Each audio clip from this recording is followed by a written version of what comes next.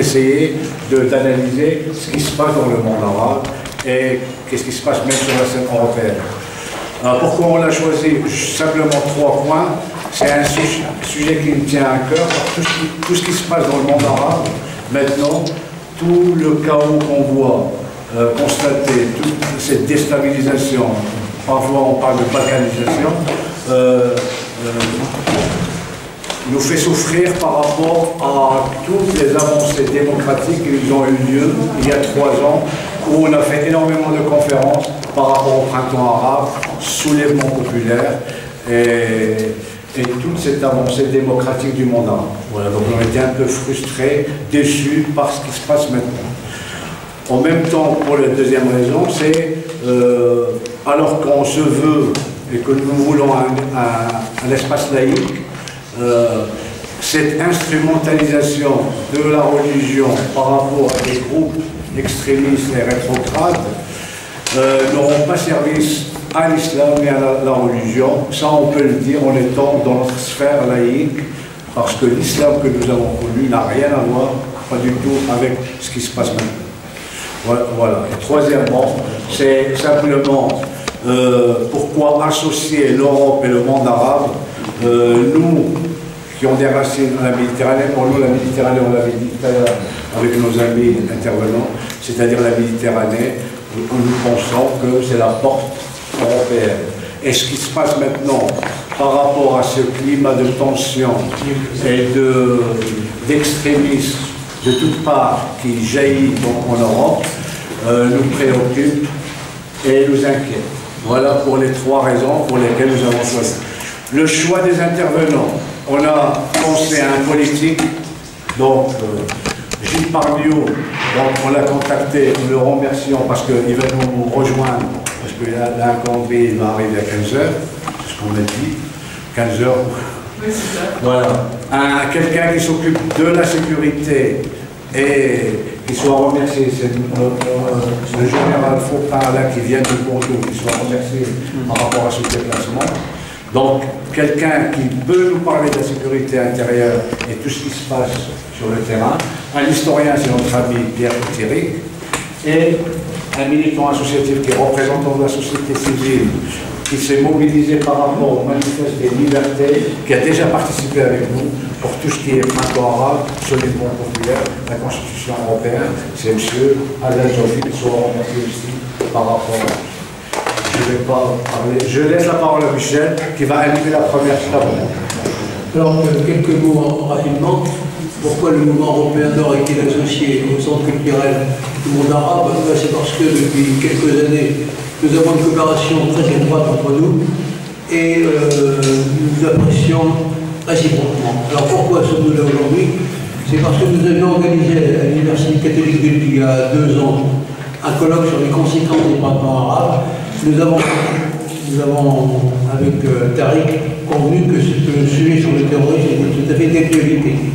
Parce que ce que nous voulons également montrer, c'est en quoi l'Union européenne est menacée par ce terrorisme, mais également pour bien signifier qu'il n'y a rien que la religion islamique n'a rien à voir avec le terrorisme. Et ça, c'est extrêmement important. Alors nous voulons dépoussiérer un peu la question, vous donner, à travers les intervenants, une appréciation extrêmement approfondie de la question, et c'est pour ça que nous sommes là aujourd'hui. Bon, donc je vais passer la parole au général Alain Faupin, que je remercie vivement d'être venu ici. Alors le général Alain Faupin, je ne vais pas retracer sa carrière, mais je voudrais insister sur le fait qu'il a fait tout d'abord l'école militaire de Saint-Cyr, dont il est diplômé. Bon, il a eu plusieurs commandements, il a commandé un régiment de blindés. Il a été plusieurs années aux États-Unis, il a eu des fonctions dans les états-majors. Il a une expérience internationale extrêmement importante. Il fait partie d'un groupe de réflexion Eurodéfense qui est sensibilisé sur la défense européenne, mais également sur ses implications avec l'extérieur. Et je crois que c'est quelqu'un qui est tout à fait, qui est plus que capable de vous apporter un éclairage qui soit objectif de la question. Mon général, je vous passe la parole, je vous remercie. Ça va? Bon, très bien. Bon, merci beaucoup de votre introduction, merci de votre accueil. Je vous l'accueil, auquel je suis particulièrement sensible, parce que je vous l'ai confié tout à l'heure, j'ai passé les 8 premières années de ma vie active de militaire en Afrique du Nord, essentiellement en Algérie, et c'est un contact que je n'ai jamais oublié, et des amitiés qui sont quasiment éternelles, si vous me concernez. Voilà, et je suis de nouveau dans ce mouvement avec des amis au sud de la Méditerranée. Alors vous me demandez de vous donner mon sentiment sur la nécessité des interventions militaires européennes face aux risques encourus par l'Europe. Tous les mots comptent, hein, attention.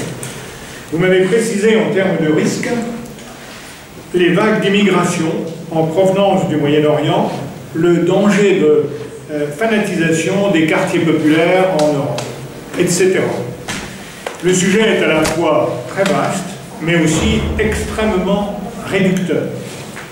Je serais tenté de vous répondre d'entrée de jeu, et en me référant aux précédentes que nous connaissons tous, non, ce n'est pas nécessaire, même si ponctuellement ce serait utile. Ceci est ma thèse. Maintenant, je vais la montrer. Et cela pour une simple et bonne raison. Nous, Européens de l'Union européenne, n'en sommes pas capables. Non que nous manquions des moyens nécessaires, mais parce que nous n'avons pas de politique étrangère, de sécurité et de défense commune. Elle est sur le papier, elle n'est pas dans les faits.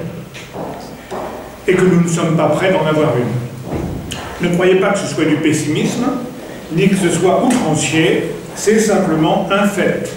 Et si, par le passé, nous avons pu participer en tant qu'Européens à des opérations antiterroristes à l'extérieur, 2 cas se sont présentés. Où elles se sont mal terminées, où elles étaient mineures et n'ont pas eu d'impact durable. Nous en reparlerons. Alors, organisons-nous un petit peu dans notre réponse. J'aborderai donc, je vais essayer de caractériser le risque et de définir le terrorisme. Ensuite, je vous donnerai quelques notions de risque, de danger, de dommages et de menaces pour bien illustrer tout ça. Après ça, je vous donnerai les modes d'action que l'on peut retenir contre le terrorisme. Ultérieurement, vous verrez que les cadres des opérations menées par la France sont assez nombreux. Je vous les donnerai. Les opérations menées par l'Union européenne, je vais vous en citer quelques-unes. Je conclurai, et après ma conclusion, je vous donnerai un éclairage très particulier et actualisé sur Daesh. De toute façon, qu'on parle à peu près le langage et qu'on sache où on est, ceci pourra être développé ultérieurement. Tout ça doit tenir dans une demi-heure. Je sais que c'est toujours dur de commencer après déjeuner. Le premier orateur est toujours menacé d'avoir une, comment dirais-je, une salle de sieste. Voilà. Alors, caractérisons le risque et définissons le terrorisme. D'abord, de quel risque parlons-nous? Ne faudrait-il pas, en tout premier lieu, tenter de donner une définition du terrorisme? C'est impossible. Tout un chacun s'y est essayé et n'a finalement conservé que l'assemblage de mots et de concepts qui lui semblait convenir à son propre cas dans des circonstances données. Alors, pour l'ONU, ce qui constitue un acte de terrorisme, c'est un acte commis dans l'intention de causer la mort ou des blessures graves à des civils ou à des non-combattants, lorsque l'objectif de cet acte, par sa nature ou son contexte, est d'intimider une population ou de contraindre un gouvernement ou une organisation internationale à accomplir un acte ou à s'abstenir de le faire. Alors, pour un autre qui a le sens de la formule, M. Schmitt, c'est l'équivalent en temps de paix d'un crime de guerre. C'est très condensé. Pour le ministère de la Défense américain, c'est l'utilisation calculée de violences illégales pour instiller la peur dans le but de contraindre ou d'intimider les gouvernements ou les sociétés dans la poursuite de buts qui sont généralement politiques, religieux, idéologiques. Et pour vous dire le fond de ma pensée personnelle, le terrorisme, il est dans l'œil du spectateur. C'est-à-dire que nous voyons quelqu'un comme terroriste, mais le terroriste lui-même ne se voit pas comme terroriste.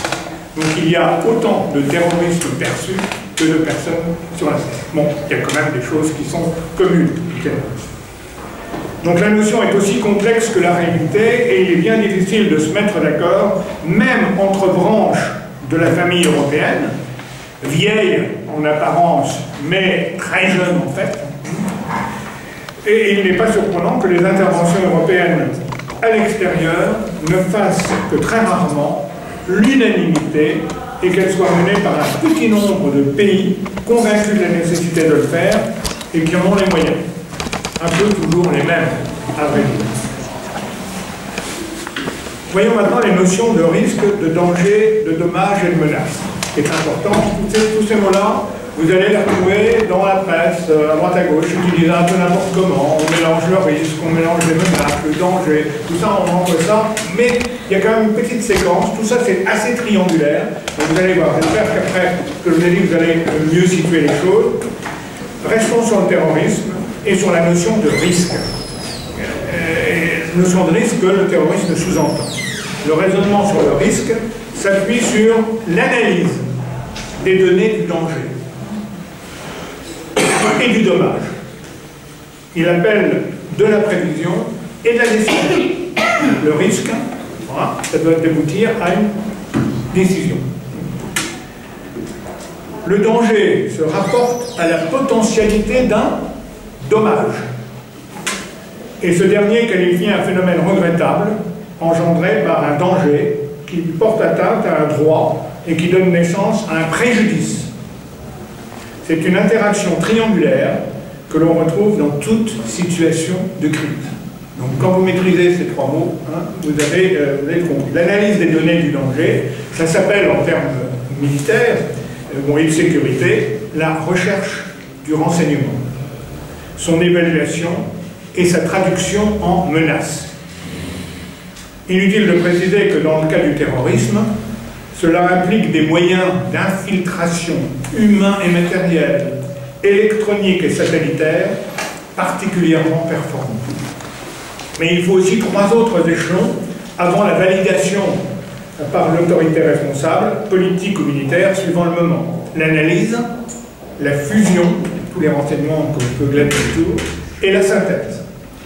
Ceci sous-entend également la coopération en matière de renseignement entre les différentes entités nationales ou institutionnelles, ce qui n'est pas toujours donné. Et une fois les menaces identifiées et reconnues, il faut savoir où, quand, comment, avec quoi et avec qui les traiter. Donc, 4 questions. Où? En première analyse, là où cela se passe. Mais avec le terrorisme, et les terroristes qui sont partout à la fois, généralement très fluides, se fondant à volonté au sein d'une population terrorisée, sur les lignes de communication, dans les centres urbains, sur mer, bon, peut-être bientôt dans l'espace, on ne sait pas. Alors, où sont-ils? Tout ça, c'est vraiment du dernier moment. Faut saisir, et le dernier moment, c'est quand? Le moment relève de la politique. Et cela peut prendre du temps, car il faut que les objectifs politiques des uns et des autres concordent. Certains, la plupart, ont besoin de l'aval du Parlement. Quand je dis la plupart, c'est qu'en France, ce n'est pas le cas. Ou alors pour des opérations très longue durée. Il dépend aussi de la logistique. Il dépend de l'état de préparation des forces et de la disponibilité des moyens de projection. Alors, comment intervenir? Cela relève là, non pas du politique, mais de la stratégie, de la planification opérationnelle, et cela comporte des règles d'engagement. Ça, c'est le domaine militaire, contrairement à ce qu'on peut entendre un petit peu maintenant, où on confie la planification des opérations aux politiques, bon, ou aux énarques. C'est pas leur domaine. Ça comporte, cela relève de la stratégie, de la planification, et ça comporte aussi des règles d'engagement. Le mot règle d'engagement est très important, parce qu'elles sont dictées par le pouvoir politique, mais rarement partagées par tous les intervenants au sein même d'une même coalition. Les modes d'action découlent de la doctrine d'emploi des forces propres aux pays considérés ou à peut-être aux unions considérées. Ça dépend également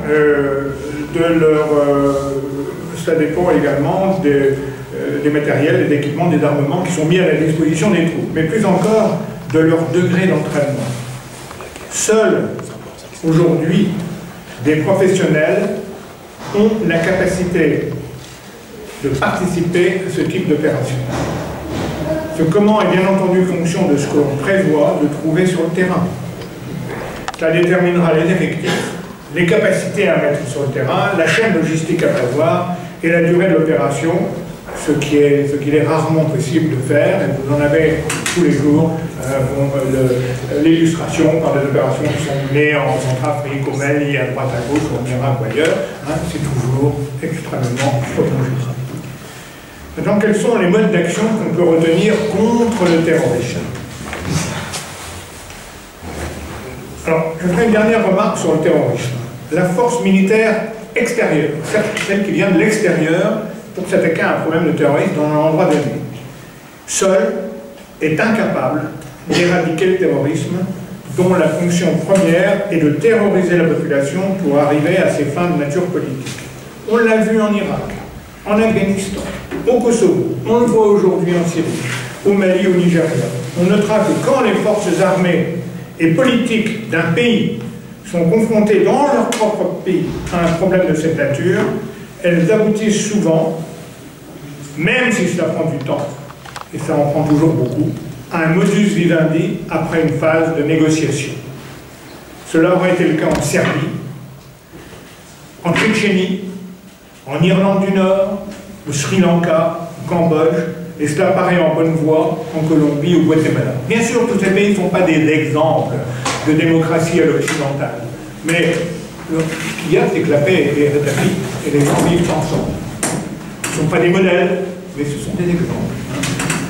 Mais il faut aussi savoir s'attaquer aux causes du terrorisme, souvent à rechercher dans le registre des inégalités sociales, économiques et culturelles, mais pas forcément déconnecter des questions ethniques et religieuses.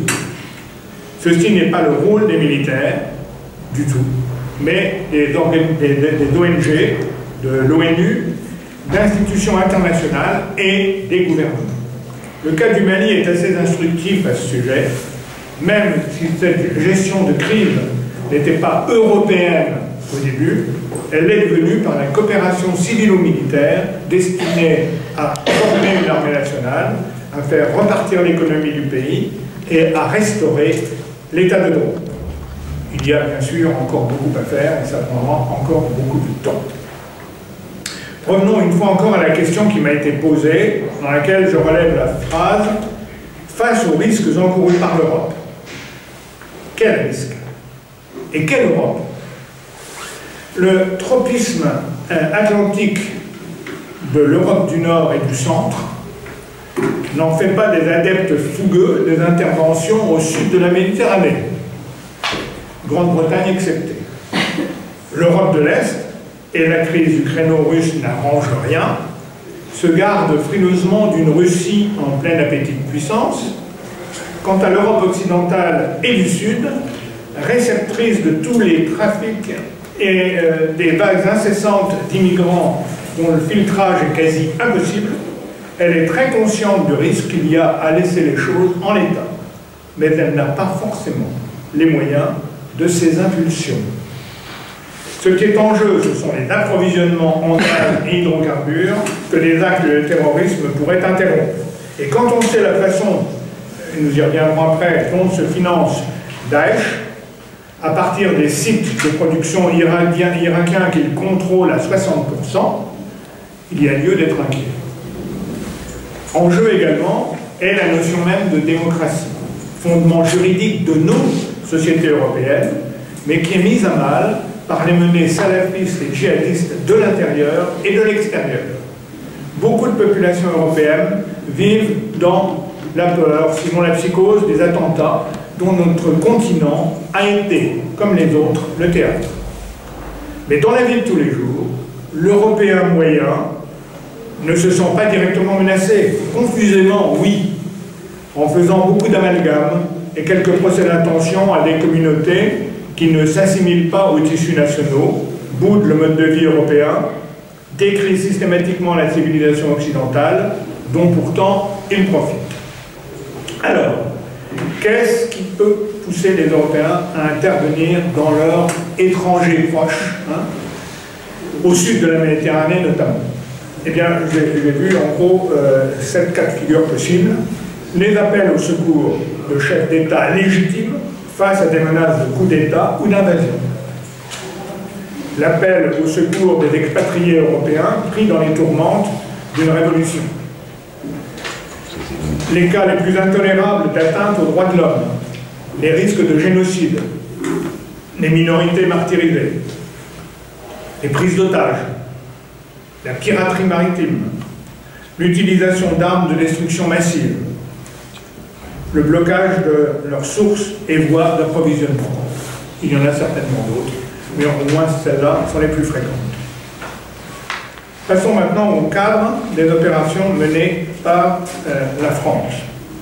Je peux vous donner ici quelques exemples et quelques statistiques des opérations auxquelles la France a participé depuis quelques années, depuis 2000 en gros, soit dans le cadre national, soit dans celui de l'ONU, soit aussi dans celui de l'Union européenne, voire celui de l'Union africaine, ou de l'OTAN. Vous voyez qu'il y a beaucoup de cadres dans lesquels on peut intervenir, et on est intervenir. Ces opérations n'étaient pas, tant s'en faut, toutes de nature terroriste. Mais dans chacune d'entre elles existait un ferment révolutionnaire et souvent terroriste. Elles visaient, et visent encore, à rétablir les conditions de retour à une gouvernance et à un fonctionnement apaisé des institutions et des entités nationales. Souvent initiées par des États, à la demande expresse d'un gouvernement en danger, elles font le plus souvent l'objet d'une résolution de l'ONU qui leur permet de se dérouler dans un cadre juridique unanimement accepté, la charte de l'ONU, et parfois d'être intégrée à une force de maintien de la paix de l'ONU qui finit d'ailleurs par se substituer à elle, au moins quantitativement. On retrouve peu ou prou dans chacune d'entre elles les motifs d'intervention que je vous ai énumérés, les 7 points de l'heure. Ainsi, depuis l'an 2000, là on rentre dans les chiffres, dans les statistiques, 13 opérations ont été faites sous seul pavillon français. 13. 12 opérations ont été faites sous pavillon des Nations Unies. J'ai le détail, si vous voulez m'interroger là-dessus, je pourrais vous le donner. 4 ont été faites sous pavillon de l'OTAN. Et une sous mandat international. Alors, je dirais tout de suite son compte à celle-là, c'est la FMO, la Force multinationale et observateur au Sinaï, qui est indépendante de l'ONU, mais agréée par les 2 ex-belligérants, l'Égypte et Israël. Alors, je suis bien sûr en mesure de vous donner le détail, ultérieurement, avec les quelques notes que j'ai, mais je tiens à vous préciser ici les opérations européennes et les conditions de leur exécution, puisque cela rentre directement dans le cadre de votre question.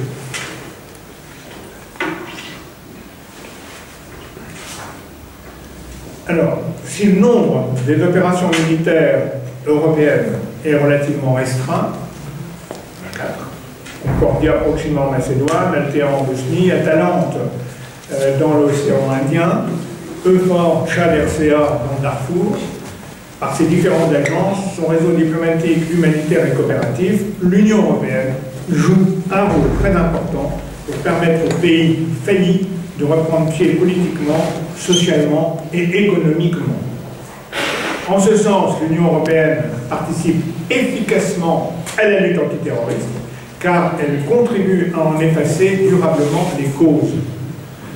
Voici quelques exemples du rôle que l'Union européenne joue dans le monde. D'abord, la consolidation. Alors là, il y a quand même 7 ou 8 points importants. Je ne veux pas rentrer dans le détail, sinon je ne tiendrai pas mon contrat. D'abord, la consolidation de la paix.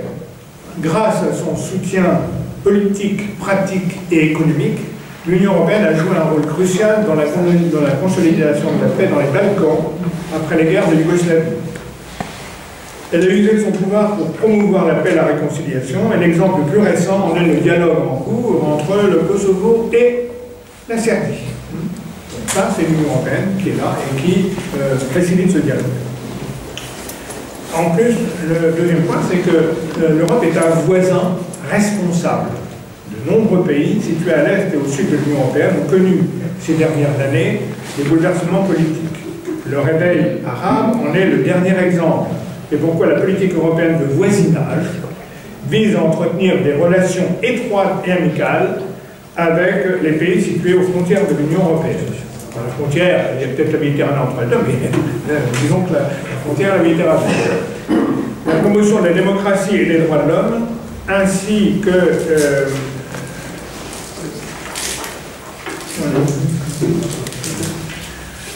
l'ouverture des échanges commerciaux et la coopération sur les questions relatives au visa sont quelques exemples de cette politique. Troisième point, il y a l'aide au développement. L'aide au développement, saviez-vous que l'Union européenne est le principal pourvoyeur d'aide au développement au monde? En 2010, le total cumulé des dons provenant de l'Union européenne et de ses États membres a atteint 54 milliards d'euros. 54 milliards d'euros. Et cette aide permet d'améliorer de manière considérable les moyens de subsistance de millions de personnes à travers le monde. Quatrième point, aux côtés des Nations Unies, des États-Unis et de la Russie, l'Union européenne est aussi membre du cartel qui œuvre en faveur de la paix au Proche-Orient. Le règlement du conflit israélo-arabe constitue une priorité stratégique, non seulement pour l'Europe, mais pour tous les pays du sud de la Méditerranée et du Moyen-Orient. L'objectif de l'UE consiste donc à parvenir à une solution fondée sur deux États qui verraient un État palestinien indépendant, démocratique et viable coexister avec Israël dans la paix et la sécurité. La position de l'UE. Cinquième point, l'Union est attachée aux droits de l'homme et veille à garantir le respect universel. Elle a placé les droits de l'homme au cœur de ses relations. Dans les dialogues politiques qu'elle mène avec les pays tiers, dans sa politique de développement et dans son aide au développement, ou dans ses actions au sein des instances multilatérales telles que les Nations Unies. Sixième point, l'Union collabore étroitement avec les Nations Unies sur un large éventail de questions. Sa conviction du bien fondé du multilatéralisme reflète son attachement aux règles négociées et contraignantes dans les relations internationales. Et ceci est explicitement énoncé dans le traité de Lisbonne. Autre point, contribuer à la sécurité dans le monde, dans le cadre de la politique de sécurité et de défense commune. Donc tout ça, comme je vous l'ai dit tout à l'heure, c'est sur le papier. Parce que cette politique n'existe pas. Il y a quelques opérations qui se sont faites dans ce domaine-là, notamment l'opération EUNAVFOR Atalanta, qui est menée au large des côtes somaliennes contre la piraterie. Voilà. Les réactions aux crises et l'aide humanitaire, près de la moitié de l'aide humanitaire internationale, provient de l'Union européenne et de ses États membres. Ce soutien permet de fournir une aide de survie dans des régions telles que la Corne de l'Afrique ou de toutes les régions de tous les pays qui sont atteints par des problèmes de troubles intérieurs. Et, là aussi, aide dans le cas de tremblement de terre ou autre chose. L'Union aussi a joué un rôle déterminant dans la négociation du protocole de Tokyo. Là, on s'éloigne quand même de notre sujet de sécurité. Enfin, il faut quand même dire le rôle qu'elle y a joué. Dans le domaine du commerce, c'est assez évident. Dans le domaine de l'élargissement de l'Union européenne de 6 à 28 membres, bon, il est un fait qu'on sommes 28 pays maintenant. J'aborde ce sujet-là parce que ça vous explique pourquoi très souvent nous n'arrivons pas à tomber d'accord sur une solution, une politique, parce que c'est la règle de l'unanimité. il faut que tous ces pays, qui sont extrêmement divers, soient d'accord avec une approche commune pour aboutir à une décision commune. Or, vous voyez, la différence qu'il y a entre la Lituanie et le Portugal est assez considérable. La différence qu'il y a entre la Grande-Bretagne et la Grèce est assez considérable. Donc la difficulté vient de là. Donc, d'un côté, l'Union européenne veut absolument avoir le plus grand nombre de pays européens au sein de l'Union, mais d'un autre côté, ceci est une source d'affaiblissement et de dilution de la décision. Donc on est passé de 6 à 28 membres, c'est clair. Mais il reste quand même un noyau dur. Ce noyau dur, c'est celui qui dispose en fait des plus grands accords mutuels et des moyens d'intervention. Ce noyau dur, vous le connaissez, c'est pas la peine de le dire, c'est la France, l'Italie et le Bénin. Alors, vous avez signé également une mission européenne qui s'appelle Frontex. Tout ça, c'est en rapport avec notre sujet, qui est d'aider les États membres à mettre en œuvre les règles communautaires relatives aux frontières extérieures et de coordonner leurs opérations. Chaque État membre reste toutefois responsable de la partie de frontières qui se trouve sur son territoire. On parle de Schengen, très clairement. L'agence a pour mission d'aider à garantir les normes communes et elle a un haut niveau d'efficacité, mais son budget est relativement limité, en gros 300 millions d'euros. Et il y a un programme spécifique de montée en puissance entre 2014 et 2020. Alors, pour jouer ces différents rôles, il y en a beaucoup, l'Union européenne dispose d'un grand nombre d'outils spécialisés et de personnel qui appartiennent aux États membres, particulièrement compétents, ainsi que de délégations très étoffées dans de nombreux pays. Les délégations de l'Union européenne, il y en a, je prends le cas de celle qui est au Maroc, qui compte quand même 120 personnels, c'est tout à fait considérable, et qui travaille absolument dans tous les domaines. Mais je prends le Maroc parce que je le connais, mais il y en a dans pratiquement beaucoup de pays. Alors, en conclusion,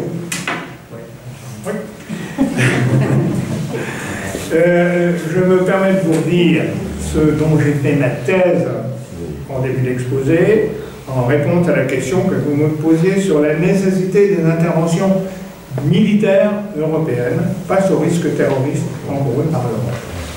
Vous m'avez précisé en termes de risques les vagues d'immigration, etc. Bon, au vu de ce qui précède, de ce que je viens de vous dire, je suis convaincu que si les opérations militaires sont parfois nécessaires pour parer aux situations d'urgence, et là, à la demande des États concernés, à la demande des États concernés, elles ne peuvent seules apporter une solution durable aux menaces terroristes qui pourraient peser sur notre continent et sur ces sociétés. Alors bien sûr, je suis tout à fait prêt à en discuter avec vous, mais auparavant, je pense qu'il serait utile, et je l'ai annoncé tout à l'heure, à titre de transition, que je vous livre mon sentiment et ceux d'experts reconnus sur Daesh, sa réalité et les conséquences de son action. Et puis, et ensuite, si vous voulez, je pourrais vous dire un mot sur les aspects opérationnels, mais ça nous entraînerait très très loin. Alors, Daesh. Daesh, d'abord la naissance de Daesh. Si Daesh est né en 2006, son irruption dans le paysage médiatique est récente, liée à la prise de Mossoul par un groupe de djihadistes suivi de la proclamation du califat par son chef, Abu Bakr al-Baghdadi. L'apparition de ce mouvement et sa montée progressive s'expliquent par la conjonction de décisions et d'actions remontant à plusieurs années. Le démantèlement, je dirais absurde, de l'armée de Saddam Hussein a provoqué le départ en clandestinité de nombreux officiers et sous-officiers qui ont grossi les rangs des rebelles sunnites, puis de Daesh, dont ils assurent l'encadrement. La politique sectaire des premiers ministres irakiens a conduit à un rejet par les sunnites du pouvoir chiite. La complaisance des pays du Golfe, comme de la Turquie, a contribué à assurer à ce groupe terroriste financement et combattant. Le régime